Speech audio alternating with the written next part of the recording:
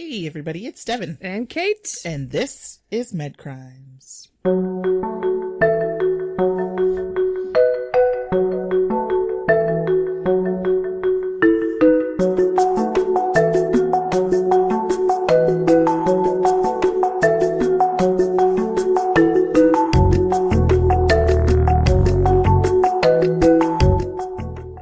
And we're back. Hey. Hey. Wow. We're not excited at all. That was awkward. I guess we have nothing to say. Awkward pause. Yeah, nothing to say. Let's just dive right in. Devin? It's a Devinism today. Devin-centric episode. They're few and far between. I love them so much, though. I get so excited. Yeah. Devin picks really good ones, too. Mm-hmm. Literally, all of hers are like, these people are cray-cray. They are cray-cray. Well, so this time, my area of expertise, I guess you could say, I love long-term care. That's my home. That's where I work in that setting. That's just what I do. And it's not for everybody. But so I decided that I wanted to do something in the long-term care field. So I found Elizabeth Wettlaufer, or Wettlaufer. I'm, again, sorry if I'm pronouncing it incorrectly. I don't do well with pronunciations. I'm not good. I am not good at all. Devin, I love that you are in long-term care. I am a long-term and you really care. seem to enjoy it, and it's just like, oh, this so is your gonna be niche. Annoying. Sorry. Oh, that. I'm working from my computer. Oh no. And I can guarantee you it's gonna go bleep bleep bleep. See? And here she goes again. All right, hold on. We're gonna mute the speakers on the computer because everybody knows it's still my birthday because we're recording another episode. This is what happens when you get to spend the day together. Happy birthday again, Devin. So as everybody knows, it's like the Facebook blow up day. Oh yes, absolutely. Where your phone's constant buzzing off the hook and all this stuff, and yeah. It's a beautiful day outside. It's like 40 degrees and somehow only 20 in my basement. It's gorgeous outside and we're still freezing. Yeah, I don't know what is going on. I don't know. It's cold. It's far I'm wearing a Sherpa blanket. I'm still cold. Oh, soft. Oh, yeah. I would wear the blanket that I was wrapped in under the couch, but I know we sometimes take photos down here and I won't be caught dead with the fact of proof that I was laying under the Bills blanket. My husband is a big Buffalo Bills fan, which go Bills, but Devin's really not okay with that. And I won't give him the satisfaction of documented proof that I was under that blanket. Well, guess what? It's now on a podcast. So. Yeah. Well, there's Joke's no photo on you. evidence. Joke's on Devin. Anyway, we have a great episode for you today. Again, it's Devin-centric. More finger snaps. Whoop, whoop, So exciting. Are we ready to... Are we just going to like dive right into this? Yeah. So we're only going to have like 3 minutes of banter before this episode. Do we do that? Today. Okay. Happy birthday. Do you have anything else to say? No, you're running the show. I just am asking. Okay. This is all I got. All right. I'm going to lean back and here we go. react. So Elizabeth Wettlaufer was born and also known as Beth Parker. You ready for this? No. She was born on June 10th, 1967. Oh my God, that's my birthday. Not that year. No. Lots of years later. Yes. So. Kate, unfortunately, gets to share a birthday with this crazy lady. So she was born to Doug and Hazel Parker in Zora, Ontario, Canada. Zora. Not a clue where that is. We've had this is our second Canadian story, I believe. Yes, it is, because we had that Saskatchewan story. Yeah. She was raised on the outskirts of Woodstock in a small farming community. The family home is described as a 1950s style Leave It to Beaver. Oh. So I'd like to picture it as like a small little suburban area, Cape style with a white picket fence. Yeah. I just described my house, but you know, there's that. You definitely live in Leave It to Beaver. Like I do. Like also from just like a personality standpoint. It's the American dream. The house with the white picket fence. The you're two Mrs. kids, a dog. Cleaver?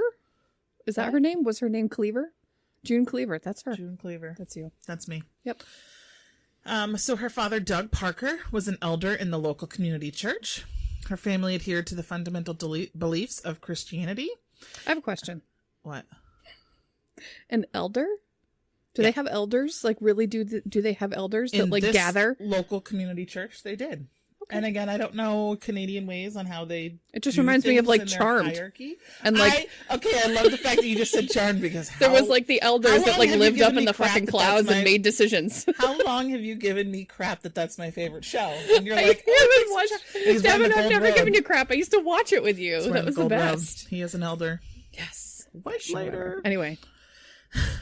So her family adorned the fundamental beliefs of Christianity. Her parents are both described as being very controlling. Her mother is said to be very compliant to her dad, and Beth was expected to be the good girl. Aha. Wait, expected to be. Does that mean she was not? Well, that's how she was expected to be. That's how she was raised. They have this very I see what you're saying. Strict religion household. They have very strict beliefs. They want to be known as like the model family in the community. This makes sense. So she's expected to be the good girl. As a child, she was shy and awkward and frequently the target of verbal abuse from other friends and kids. Oh, that's sad. They would tease her.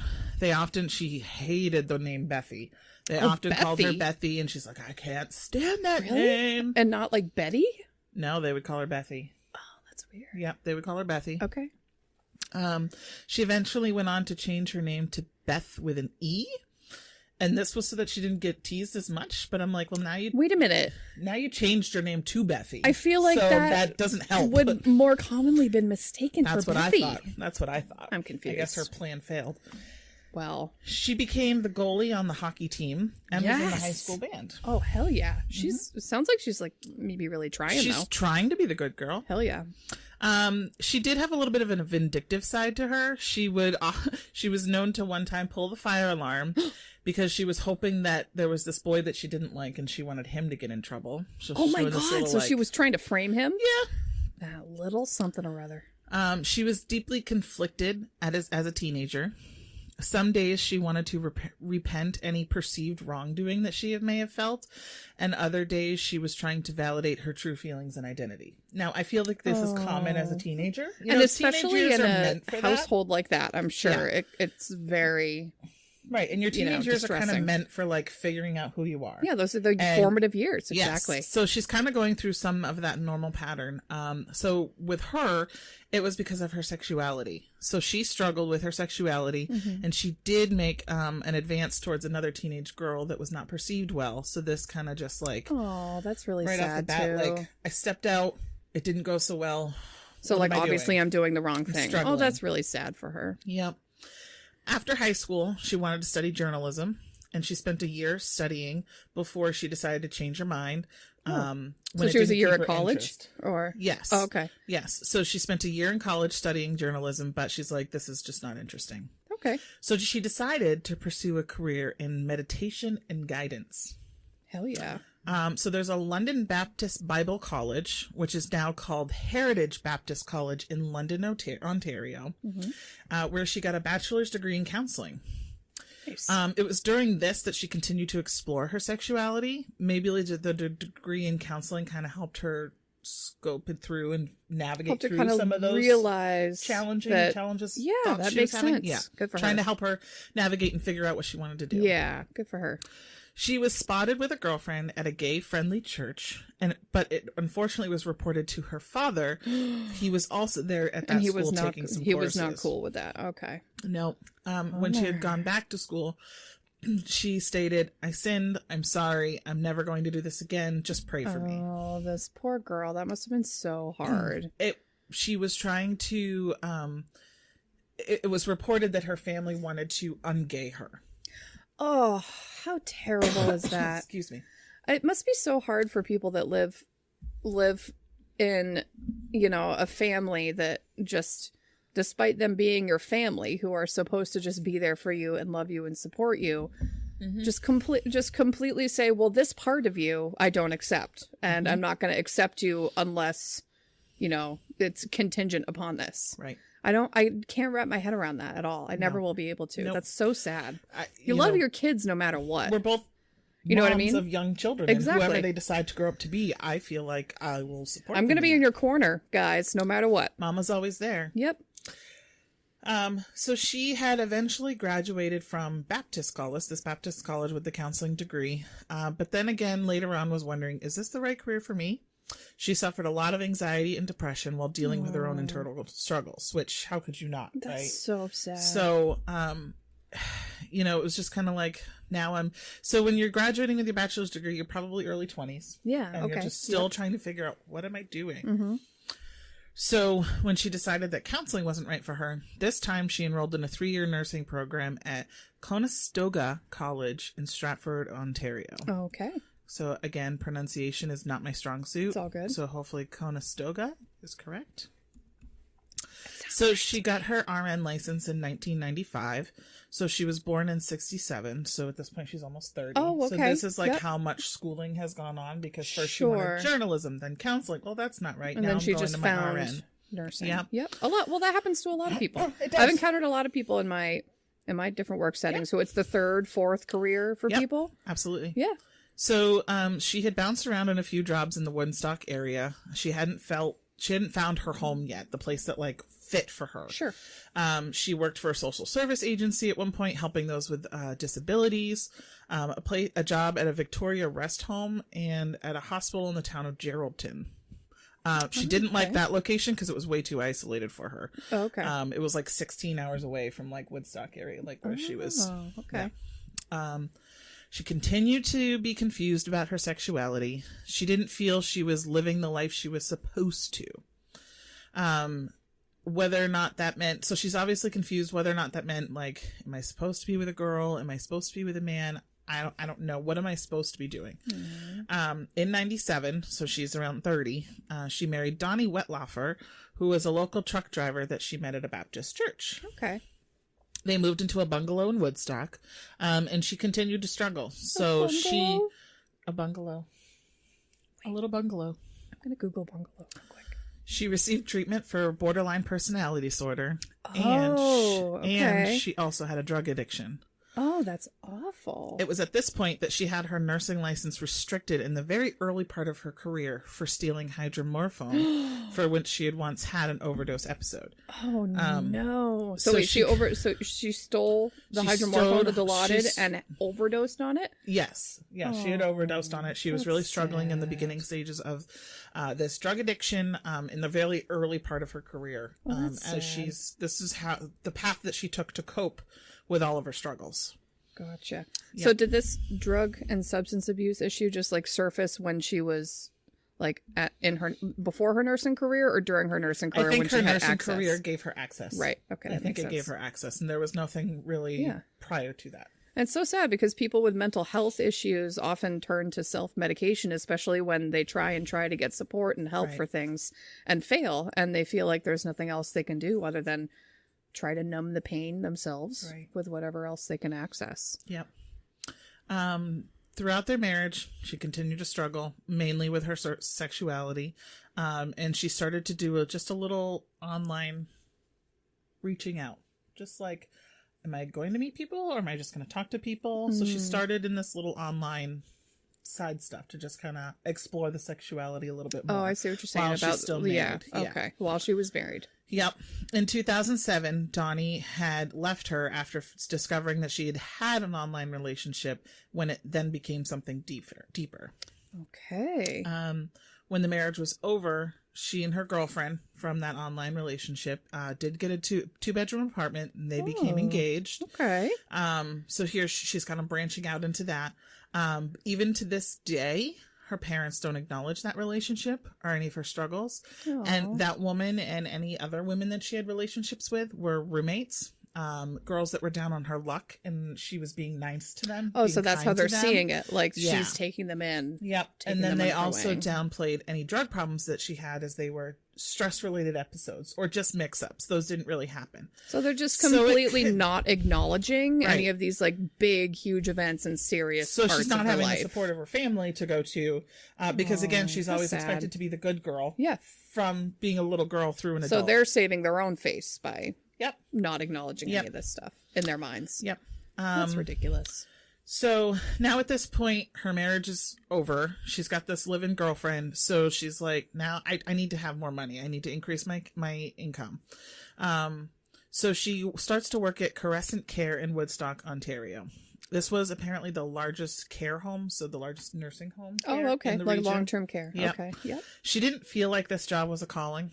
Not like me. It's not her calling. Not like Devin. She didn't just like, go to school to be in long-term care like you. So it was not a calling, but this was more of like a necessity. Like, Sure. this is just one that I have to do. It's right here in the area. It's going to give her roughly Sure. $60,000 a year Makes in 2007. So, I mean, decent income only 15 years ago, when she needed the stability.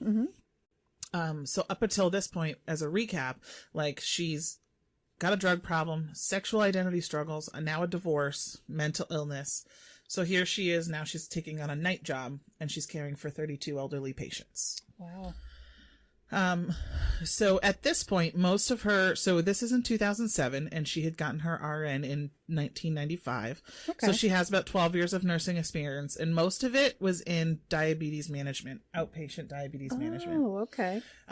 Pretty straightforward. She was doing a lot of diabetes education, doing a lot of education, assessing and diagnosing, helping the physicians diagnose diabetes with the A1Cs, checking the blood sugars, and then also working with insulin pens and the cartridges and getting that all set up as outpatient. And it is pretty common practice that in long-term care facilities, insulin is not it's not a controlled substance. Sure, it's not just one like that has floor to stock. have. Correct. It Right. is Yeah. floor stock, patient specific, but it's not as like a Schedule II narcotic Sure. would be. So unfortunately, it was an easy target as far as a medication to use to take upon an elderly person. It really didn't take long based upon her experience with insulin on how to kill a person. Oh, God. And most of it was done with insulin pens. It was in later interviews and whatnot, throughout the years, that she would describe dialing up, because you're dialing up the insulin in the pen, and she would release massive doses of the drug. So, sorry. So, like, if she's giving a dose and she's using an insulin pen with a little dial on it, and for those of you who aren't familiar, like, if you can dial to the dose. So say somebody needs 12 units of insulin, you turn a little knobby at the end of the pen that says 12. And I think it depends on how much, what type of pen you have, but most of them could have 1 to 200 units. Oh maybe, yeah, in a yeah. whole Any pen. range of doses. So, right. So she was taking those orders, and say that person needed 12 units, but she was like, no, I'm just going to turn it up to 20 just for the fun of it. Yep. And so she's hyperdosing these people Correct. with insulin. And when you're doing it with fast acting insulin, it's very quickly going to put someone in a hypoglycemic state where Yes. and for those that are listening, that's not medical, it's taking their blood sugar to an unsafe level where it could cause a slew of other problems. Oh, that's So really she would do scary. this. She would plunge it into a discrete spot in the victims' bodies. But again, I don't know as if you really had to be that discreet. No, I mean it's not like it really leaves. These needles it might are bruise are you, but that's tiny. it, depending on the technique of when you gave it. But that could be given with a normal dose or with a normal dose or a regular dose. So she's doing this with very vulnerable nursing home patients who Correct. often can't advocate for themselves. A lot of them have dementia. Speak for themselves. So they, it's so incredibly vulnerable. Yes, This population. yes. Oh my God! What kind of in a hospital you have a lot of horrible, family evil human visitation, being. which you do at a nursing home too. But again, she's worked night shift. There's not as many eyes on. No, the night there's shift. nobody. You're literally like a lot of times are alone or have one other person. Oh my God, that's so scary. So she started this just days after being hired at this center. Days. Wow. So again, pronunciation. I apologize. Clotilde Adriano.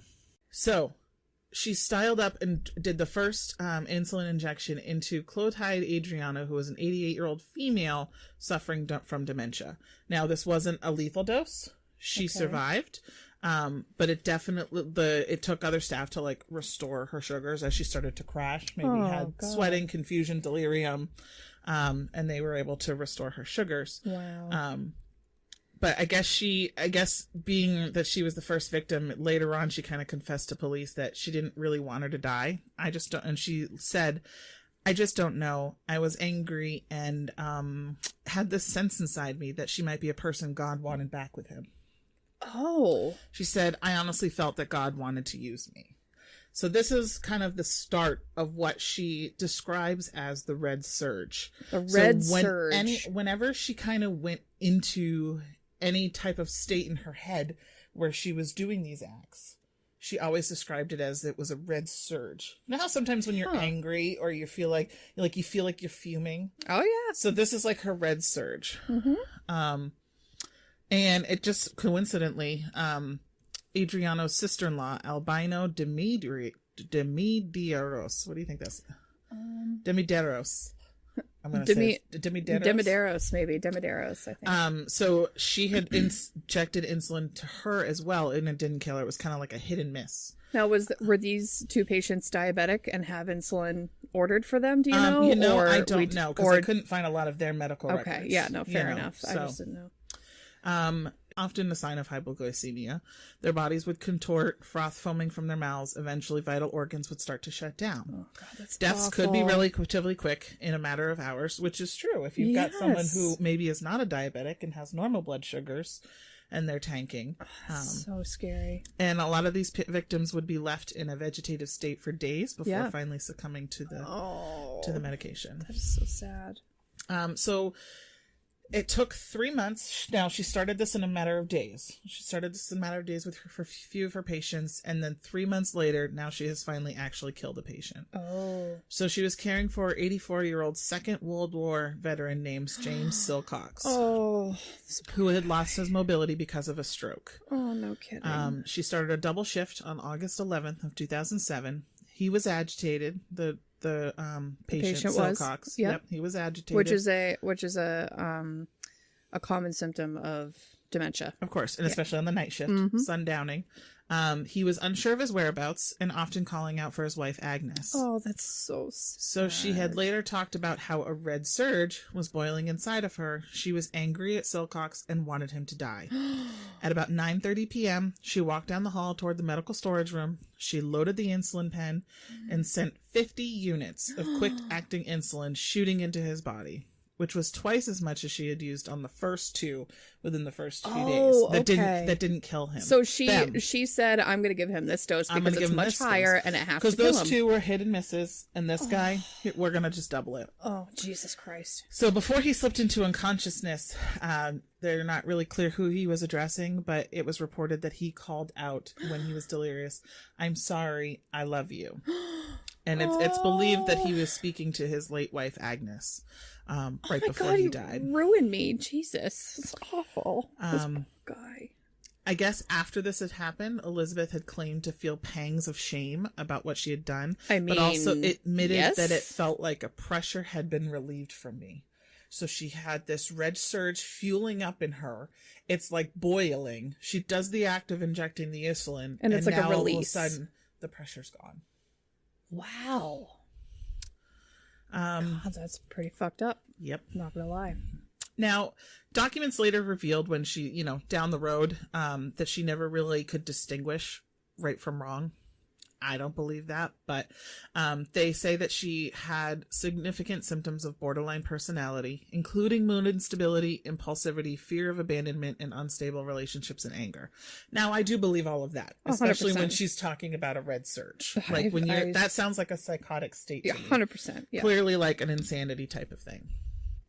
Her medical records do indicate that her mental illness and reliance on drugs were documented, but that she had been able to function with them for many years. And she had been struggling with this her entire life, but it did worsen after her husband left in 2007. She was diagnosed with antisocial personality disorder at the age of 15. So it's starting at the age of 15. She's getting antisocial personality disorder. She's trying to figure out her sexuality. She marries her husband when she still has some of those behaviors, but when that goes wrong, now we're getting into more serious mental illness. We talked about antisocial personality disorder in the Glennon Engelman episode. Yes, we did. That's the sociopathy. Yeah. Interesting. Psychiatrists eventually determined that she had difficulties with being brought up in a controlled Baptist home environment. Yeah. I don't know as if that makes someone psychotic, but... No, I mean, typically not. There must have been some underlying organic thing there. That maybe made it worse. She was a regular and committed parishioner, but a conflicted one, and often struggled with her religious beliefs. At this point in her life, she seems less conflicted now about her sexual identity and would often go searching for love online, which she had already started to do prior to her divorce. Got divorced in 2007. She had had that relationship with someone that she was engaged to. Right. Now in 2008, that relationship had ended, and she had connected with a woman named Sheila Andrews. Sheila Andrews. So again, this is in the height of the time where she's starting at this Crescent Care Center. So she still has that job while she's going on and navigating through her personal life. So Sheila was a prison cafeteria worker in Prince Albert, Saskatchewan. Woo-hoo. We're back to Saskatchewan. That summer, Sheila had invited Elizabeth out west for a week-long visit. She remembers, so Sheila describes seeing this nurse strutting her stuff off the plane, coming out in a cute little summer dress, bright red lipstick, and overwhelming her with affection. So Sheila Andrews is looking forward to having this week-long time with this girl that she's meeting online. Meanwhile, not knowing what the heck she's doing on her work hours.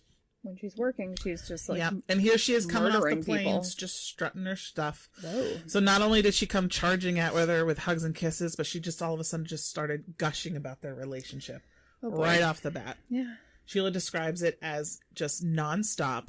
And she goes, "Oh, I told all the people I work with how much I love you, and we're going to get together and everything like that." And Sheila's just like, slow the fuck down. Yeah. We are just starting to get to know each other. Like, you're just getting off the plane for us to figure out, do we like this? Is it going to work? So she was ready to, like, wife her up. Yeah. Okay. They spent the night together in a motel near Saskatoon Airport. Andrews woke up the next day and she was just like, this relationship's not going to work. Like, she's just feeling it off the bat. But she had invited her out for a week, you know, so it was just kind of like, oh God, how awkward is that? Now really I have to figure this. out how I'm gonna you know, navigate this lady for a week. I don't even want to be with her. Right. Over the next few days, she was just kind of like, wow, there's like even more troubling side to her. She pouted a lot and had little temper tantrums, you know, like if she didn't get something her way, like my affection and stuff. There was a lot of childish issues with her, and I just thought, you're a grown woman. Fucking act like it. So obviously, like, that's not really, you know, it's not really the trip that Elizabeth was hoping for. Despite Elizabeth being a career nurse in the elderly population, no doubt, she had zero interest in going to meet Sheila's elderly mother. She was there at a nearby hospital. She was in the hospital and she was like, no, thanks. I don't want to. No, I have no interest in going to meet your dying mom. Or I don't know if she was dying, but she has no interest in. What? Yeah. So she would talk about her own medical responsibilities back home, and she'd be like, she was very proud and was boasting about being a nurse, and that she liked the fact that she was in charge in the evenings, and she enjoyed that the most, that she enjoyed the power. But then here she is like, yeah, I don't want to go see your mom. Yeah. Wow, that's a little weird. So Andrew, after the week-long visit, Sheila Andrews was just like rejecting her. Like, she's just like, I don't think this is gonna work. Mm-hmm. You know, thanks for coming out, but this is not really us. So Elizabeth had headed home, rejected and bitter. This relationship's over. She started to focus back on work. But she also was writing some poems on the side. And she kind of did this throughout high school too. She wrote some poetry when she was really conflicted with herself. Sure. Like, that was like kind of like her outlet. How she like expressed herself. Yeah. Creative outlet. So she began writing some graphic poems and posting them on allpoetry.com. Graphic?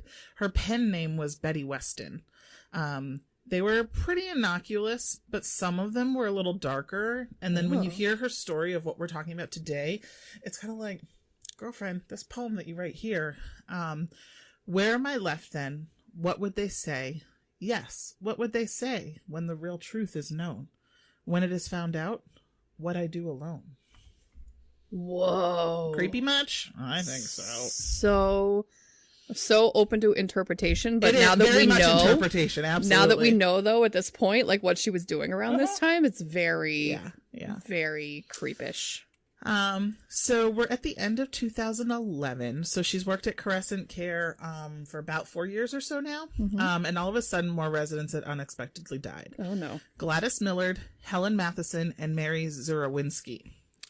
nothing was really suspicious. And again, it's almost like the perfect population for her. It is because these people, we have so many deaths by natural yes, causes. Exactly. Some people, unfortunately, the process is a lot slower than others. Mm-hmm. And for some people, it's like, oh my God, you were fine in 12 hours. Yeah, exactly. And still now you're a gone. Natural process, but she's kind of got the perfect population. Very vulnerable and just, And because of their age and their comorbidities and being such a vulnerable population, there's not a lot of autopsies that are exactly. done. You're right. It's not, you don't tend to, there's certain situations where deaths are ruled suspicious. Sure.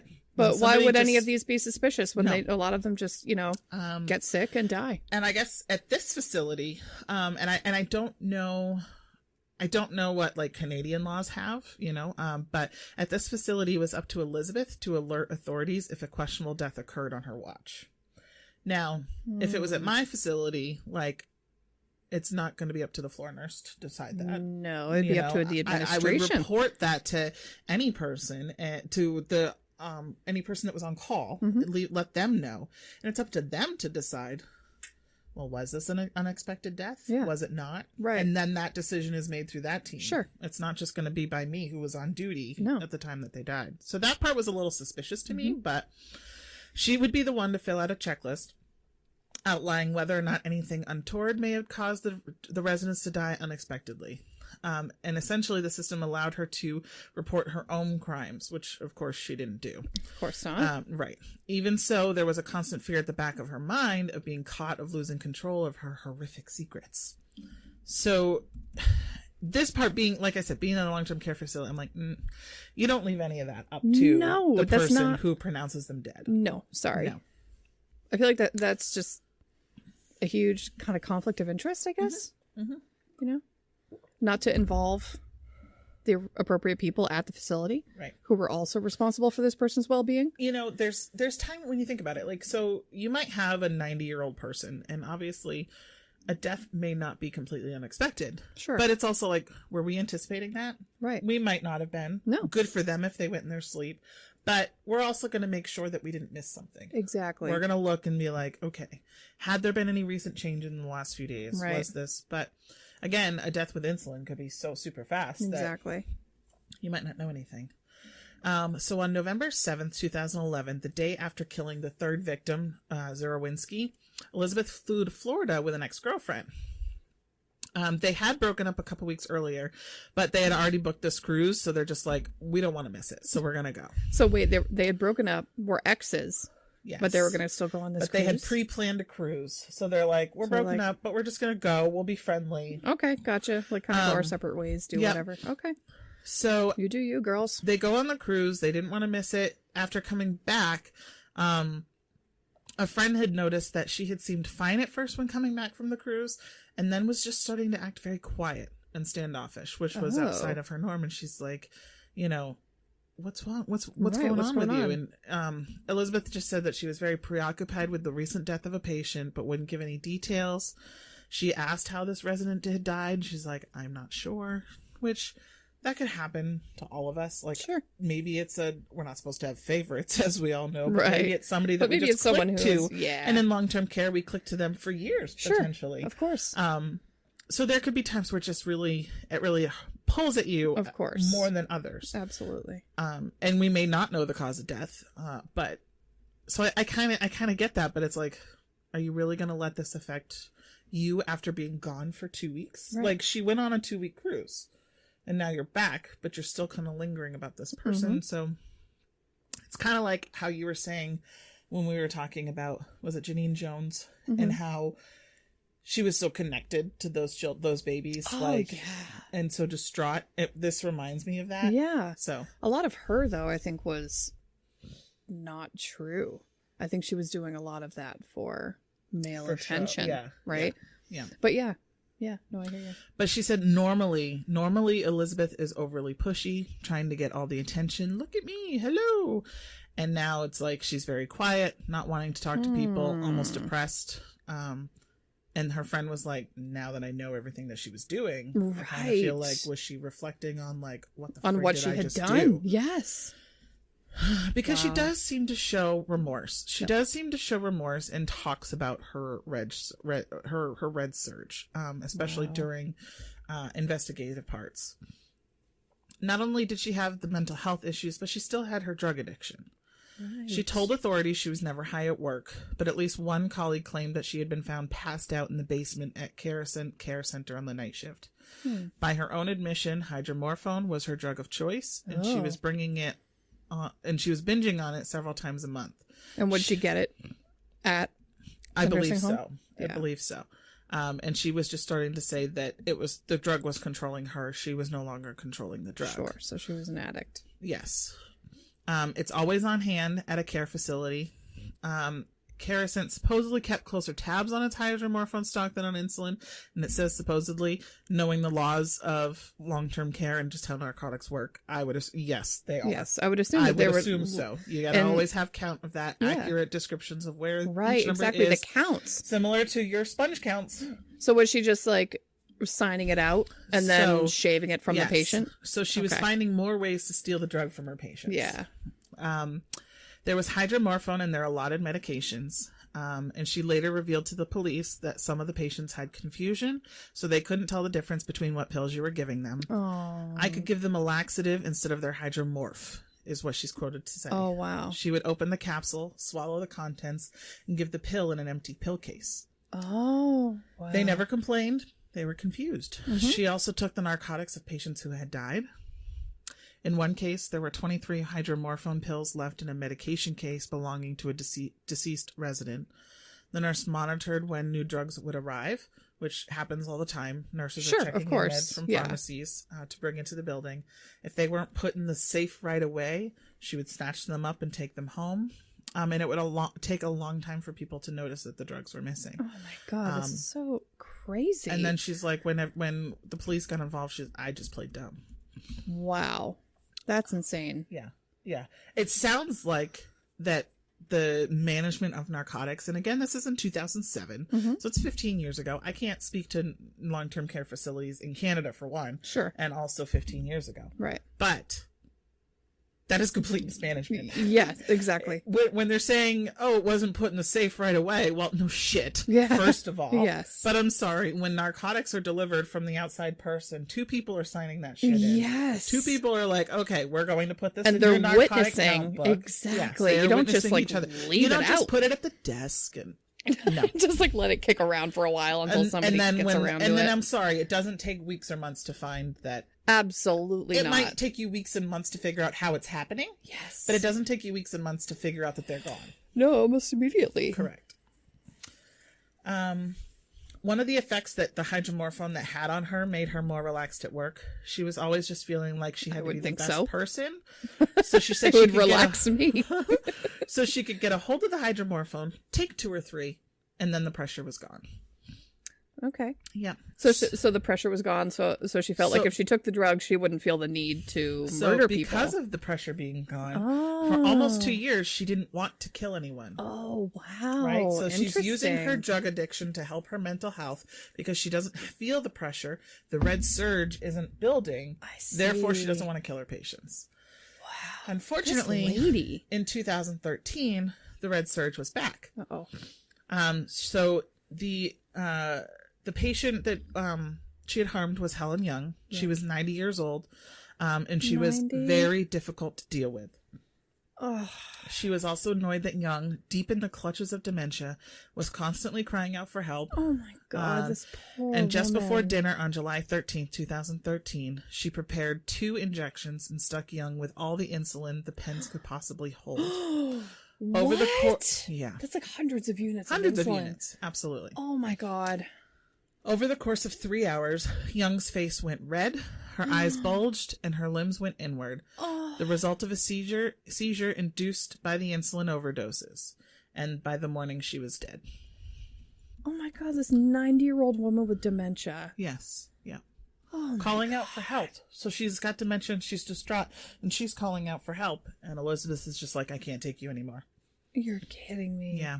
And then later on, sad. It was reported that she consoled her distraught niece, pulling the weepy woman close and offering her soothing words. It was the ultimate act of control and betrayal.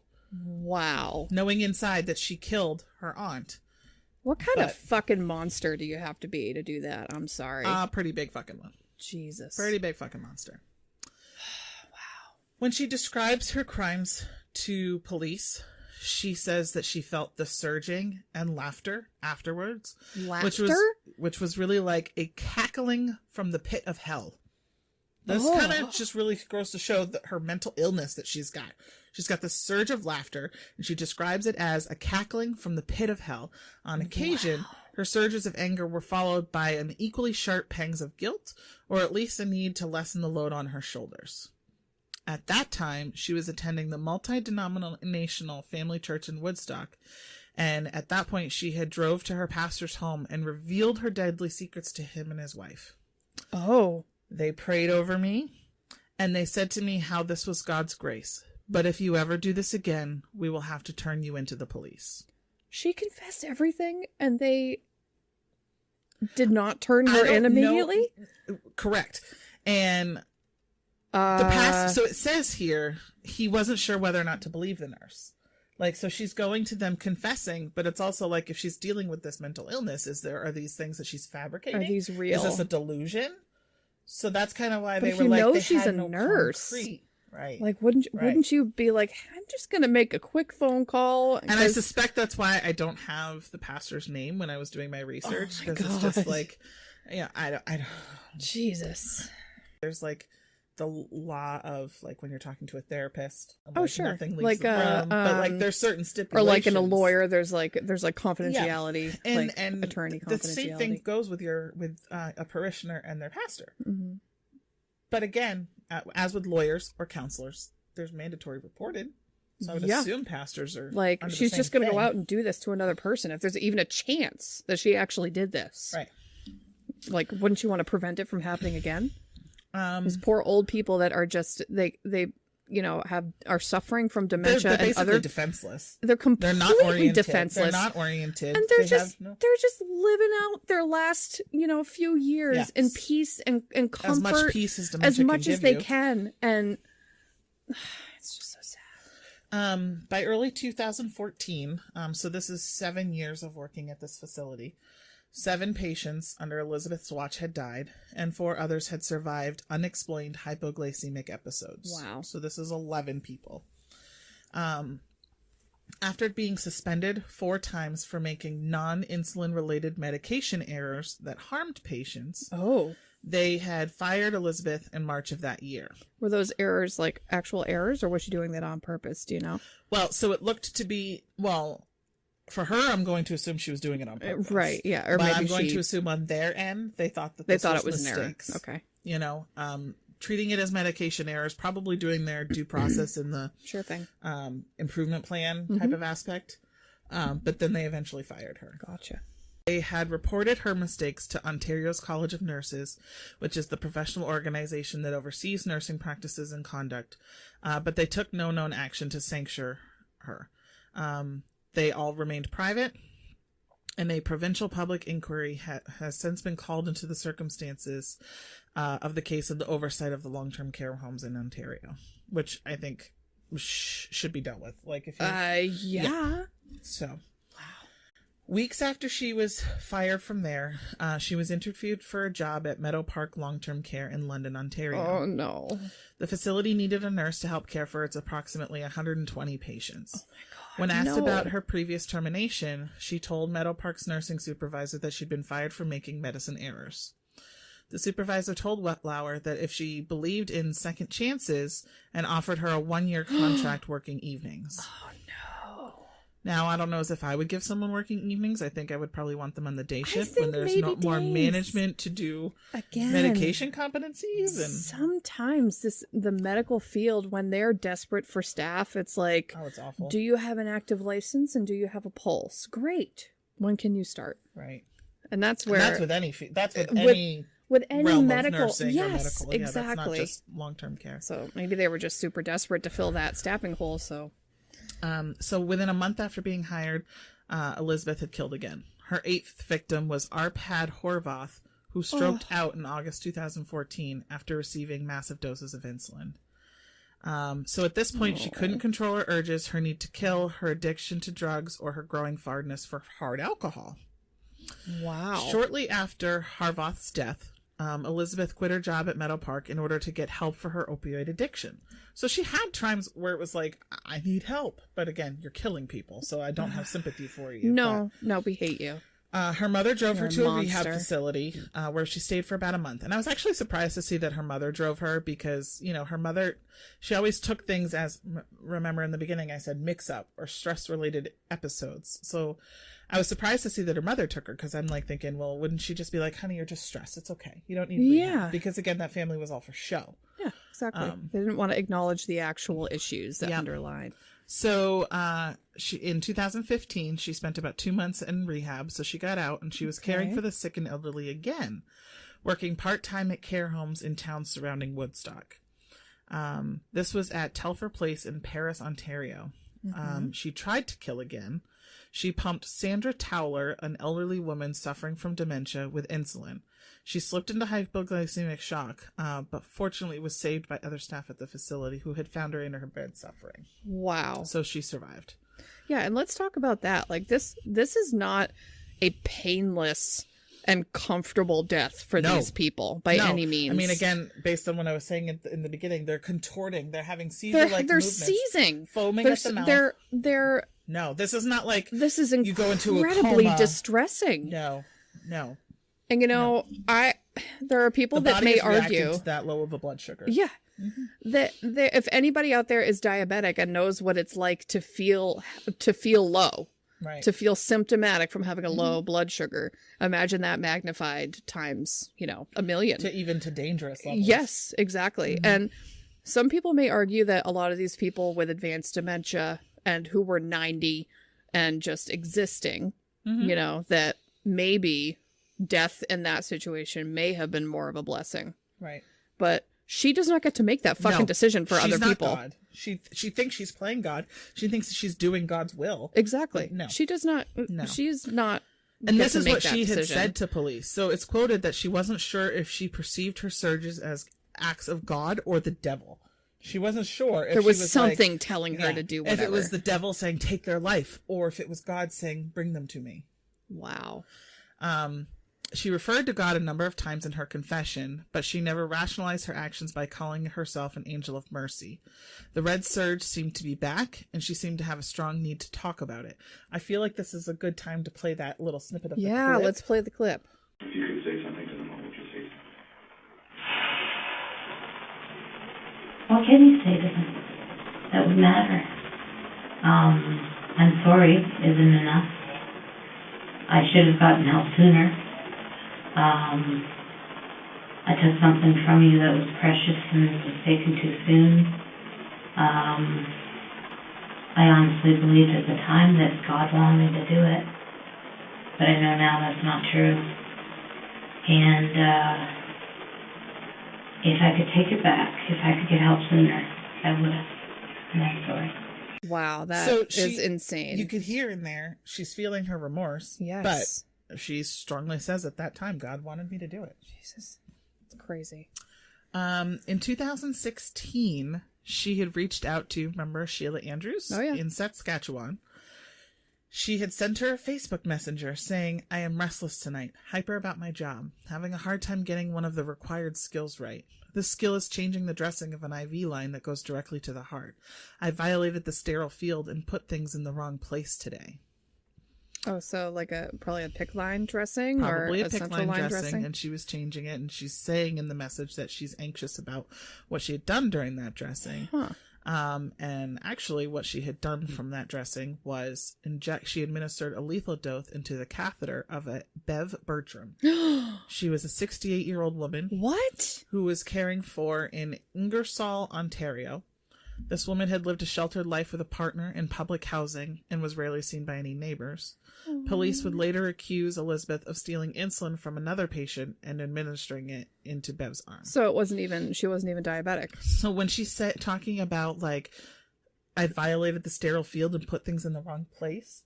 Yeah. You put insulin into a PICC line. A PICC line. So, So this is in 2016. She was losing control again. She was about to reach her breaking point, but at this time, tempting her wasn't the sick, the elderly, or the weak. the target was children. Don't. I can't. Devin. You don't have to. Thank God. Because fortunately, as you can see in that video, she has some signs of like a conscience. I would argue that she exactly knows right from wrong. Right.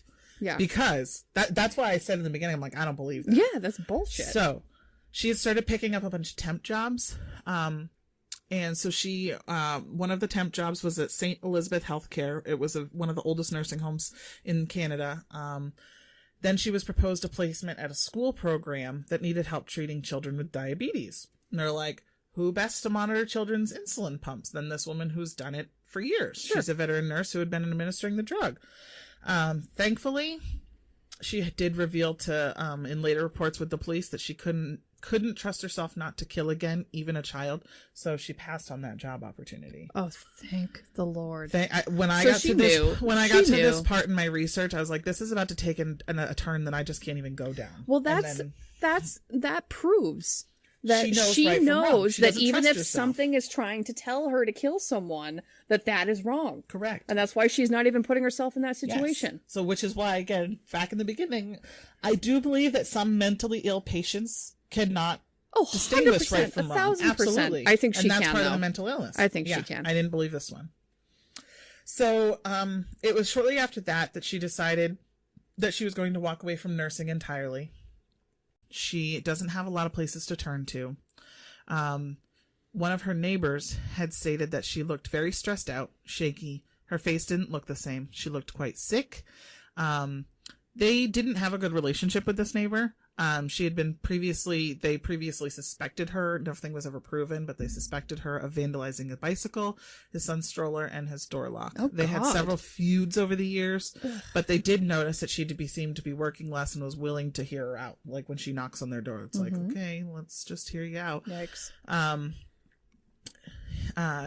According to this neighbor, he's saying that she told him, I don't have any pills. I'm suffering from morphine withdrawals. And she wanted anything to ease the withdrawal symptoms, and knew that her neighbor had occasionally smoked medical marijuana for his glaucoma. Gotcha. He gave her a joint on the condition she wouldn't come asking again. Mm-hmm. And she didn't. If there was a rock bottom for Elizabeth, this was likely it. Oh, okay. She decided she needed psychiatric help. Good. No kidding. This is the point. She has to borrow a joint from her neighbor. Meanwhile, she's killed, is it 8 people? Yes, 8. And had but 4. This is rock bottom. She killed 8 people and had 4 that she tried. Wow.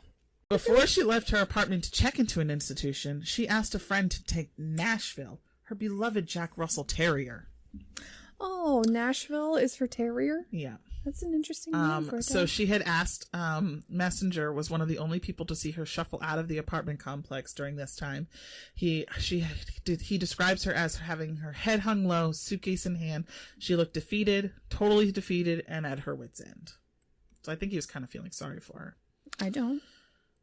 She went to the Center for Addiction and Mental Health in Toronto. Good. Up until now, there had been no police investigations of her Nobody has any clue. Okay. No, there was nothing criminal. Like she'd been fired for those medication errors, but there was nothing criminal, like you said. Yeah.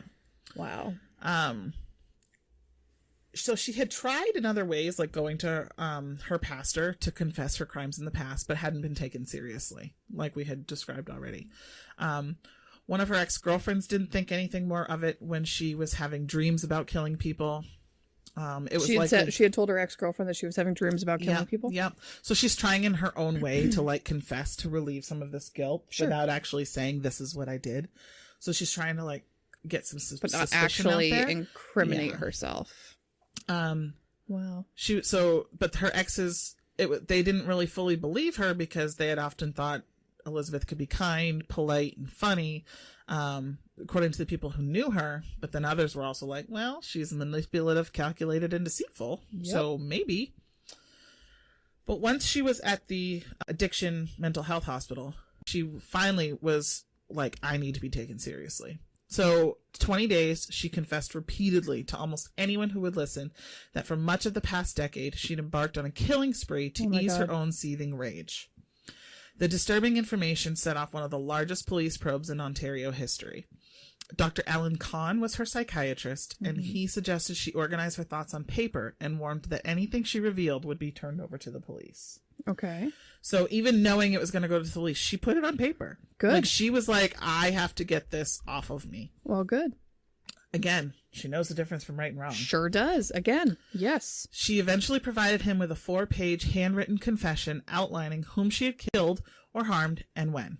She couldn't always recall the last names of all of her victims, but the details were presented very matter-of-factly, as though she was recounting the mundane details of her drive to work. That's nice. There was no apparent sense of deep remorse. The only emotion appeared to be relief. Wow. So while she was undergoing treatment, she reached out to several other people outside the medical and police communities. The most explicit revelations were kept for her old friend Glenn Hart, to whom she sent a series of Facebook messages that he didn't know of all the secrets she had kept. Oh. And so she had something she wanted to tell me, and then she disclosed that This is Glenn saying this? yes, well, somebody had died because of something I did at work. I assumed it to be accidental and responded accordingly.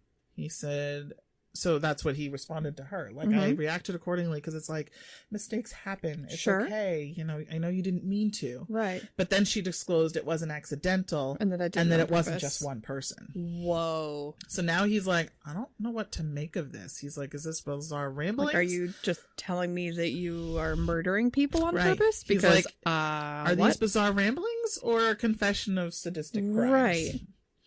He's like, why did you do this? What brought it on? She replies, oh, I had some anger issues that I had to deal with. Some really major anger issues. I mean, I think I was acting out my anger issues on these people. wow. Her friend encouraged her to call the police, unaware of the fact that the mental hospital had already done this based upon her 4-page confession. He offered her some words of encouragement of, it'll be hard for you. Be strong. Tell the truth. And she's like, I will. Thank you. So clearly, like, her mental status has changed where she's not feeling the surge anymore, but she's feeling all of this guilt. This guilt, this shame. Which I sure hope you would. I should hope you feel guilty. Again, you know the difference between right and wrong. Yes, you do. So police came to the mental hospital and she agreed to go with them willingly. She gave them a recorded statement, which is what we had just saw. They notified the police back in Woodstock. The police there and in London would take part in a massive, huge investigation. There was homicide investors. She wanted to reveal her crimes to the Ontario's College of Nurses, and then she surrendered her nursing license. Wow. So it wasn't taken from her back then. No, but she surrendered it voluntarily. But now she did. Wow.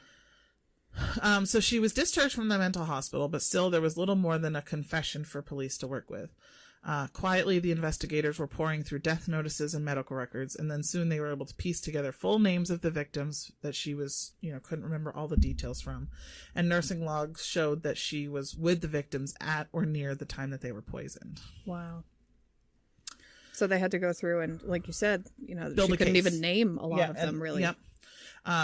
Elizabeth knew that, everything was closing in on her. This is all coming to a head. She agreed to a court order preventing her from possessing insulin or going anywhere near long-term care homes. I should fucking hope so. Back at her apartment complex, police searched her home, carting boxes of evidence, including her computer. Her biggest concern appeared to be her belongings. She even asked a detective if her place would be left a mess when she got home. Girl, and it's like, you ain't you've got going bigger home. fucking problems. You ain't going home. Nope.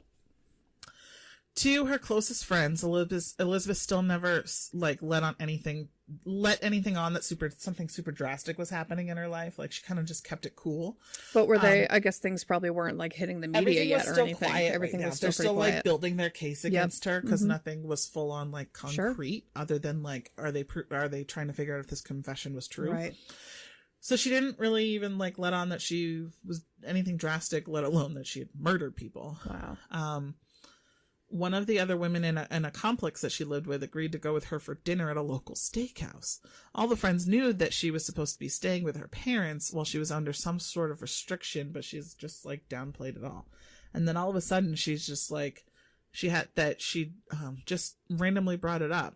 Has a policeman been around on my floor? Is anybody asking you guys any questions? And they're like, I don't know.